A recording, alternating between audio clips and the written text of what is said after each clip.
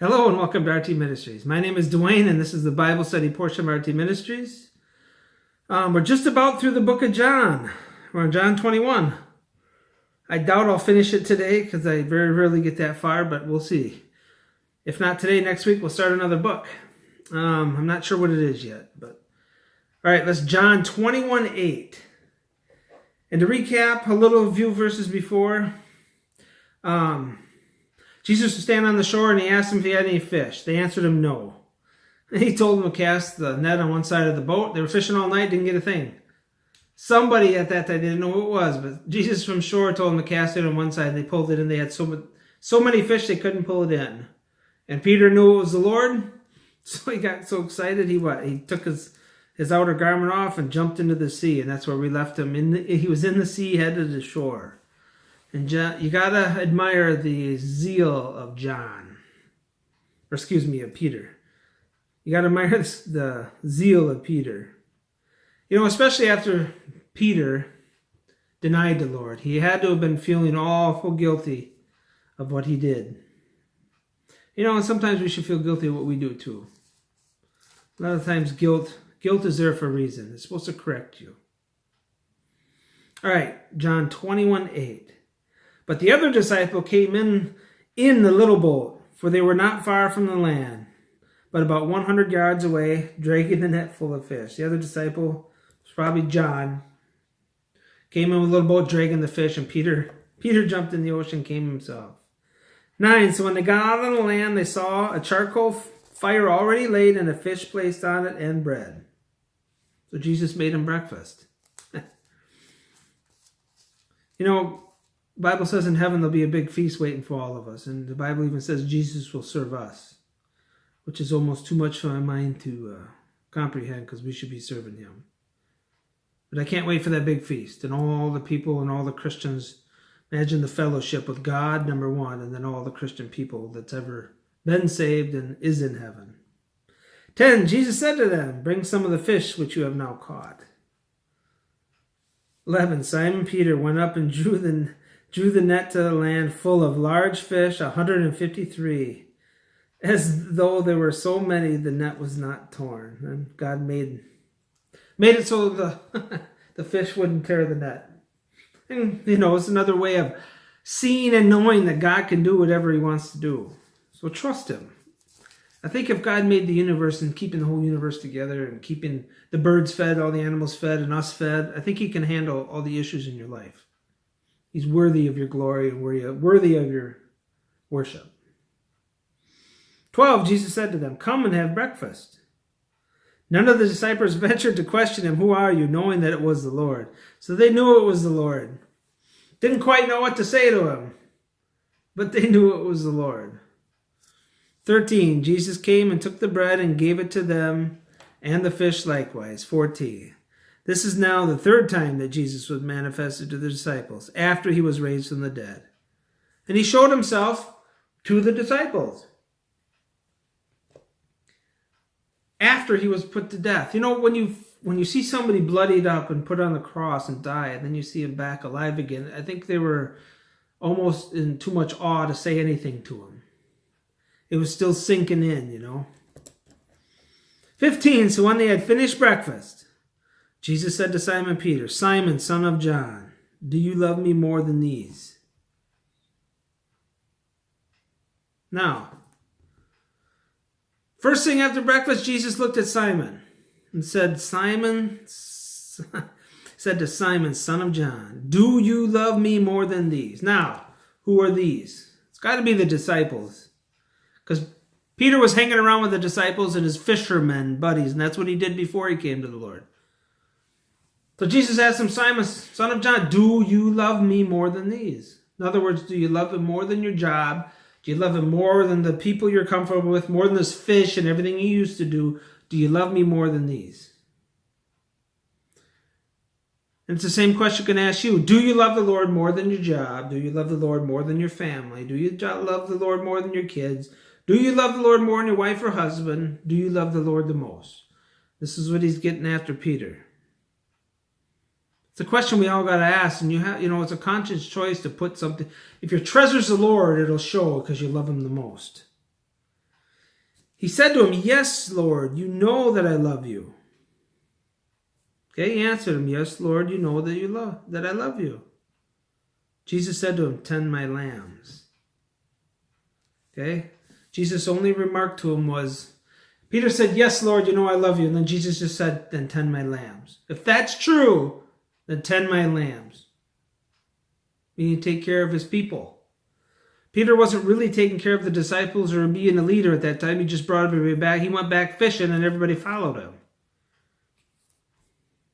And he's trying to get Peter, he's going to ask him 3 times if he loved him. It seems kind of similar to the 3 times that he denied him, right?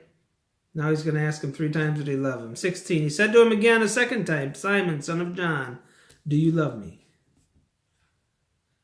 At this time, Peter the guilt and remorse and all that had to be coming because, last thing he did was deny him. 3, not once, not twice, then he cursed, denying 3 times, and now Jesus is asking him. He had to be feeling bad. He said to him, "Yes, Lord, you know that I love you." He said to him, "Shepherd my sheep." Tend.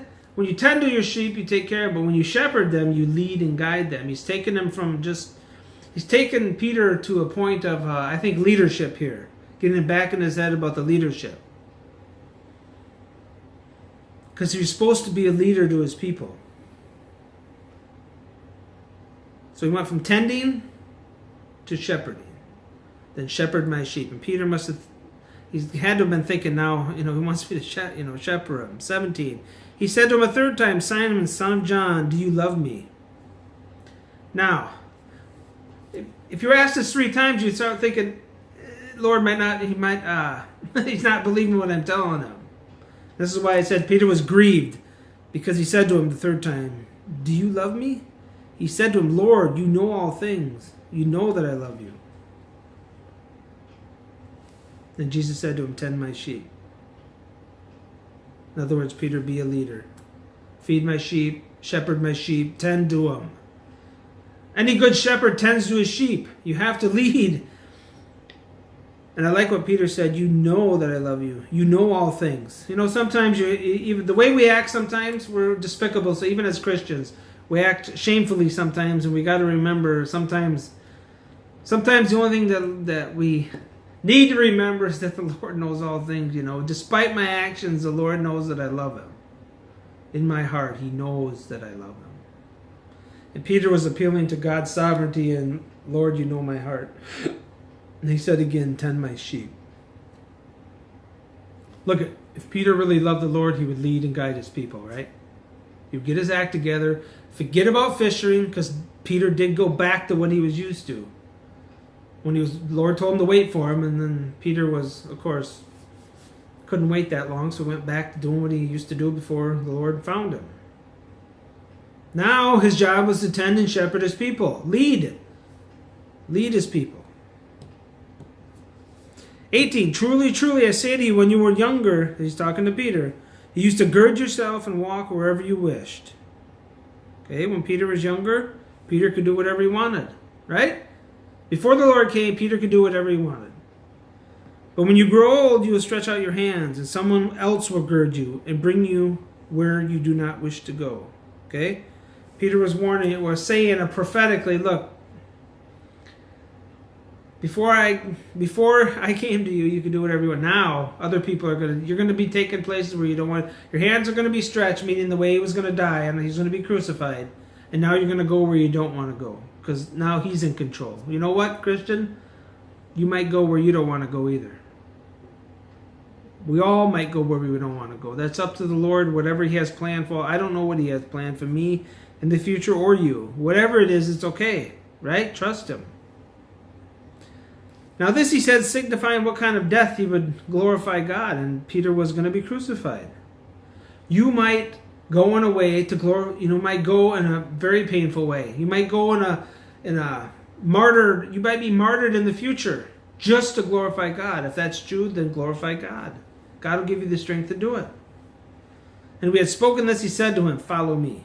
Now, right now is the start of somebody else is going to gird him, meaning take control. Peter's no longer in control. The fishing is done. Now you're a shepherd of my sheep. You're going to go where you're going to end up where you don't want to go. 20, this is typical Peter. Peter, turning around, saw the disciples of whom Jesus loved, and that's John, following them. The one who also had leaned on his bosom at the supper table and said, Lord, who is the one who betrays you? And that's how we know it's John. So Peter, seeing him, had said to Jesus, Lord, and what about this man? Here's typical Peter. Jesus said, you went where you want to, but now you're going to go where I lead you, and you're going to die. And John, or as they're walking, Peter looked around, looked at John and said, what about, if I'm going to die, what about him? What's going to happen to him? 22, Jesus said to him, if I want him to remain until I come, what is that to you? You follow me. What is the Lord's answer to Peter? Basically, in Dwayne translation, don't worry about John, you worry about you. Right? Whatever he has for John is between him and John, but Peter needs to deal with what the Lord has for him. So Christian, whatever the Lord has for you, you deal with it. Don't worry about other people, what the Lord has for them. Doesn't matter. You deal with what the Lord has for you. 23, therefore, this saying went out among the brethren that the disciple would not die. And Jesus didn't say that. He just said, what if I want him to live until I come? What is that to you? You worry about you. Whatever he has, Christian, you follow the Lord. Don't turn back and worry about other people. Follow the Lord. Yet Jesus did not say to him that he would not die, but only that if I want him to remain until I come, what is that to you? Again, don't worry about other people. Your walk with the Lord will be different than anybody's, so don't compare yourself with another Christian. You follow the Lord. You walk with him, and he'll gird and take you where he wants to take you. And Christian, before you were saved, you had all that time, you did all that stuff that you wanted to do. Now you do what the Lord wants you to do. This is the disciple who is testifying to these things and wrote these things, and we know that his testimony is true. And this is John talking.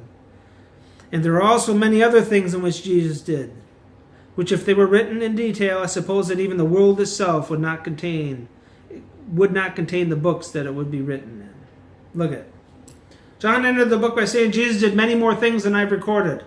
And he said all the books in the world couldn't contain it. Jesus was very busy in the 3 years, and he did many other things that were never recorded.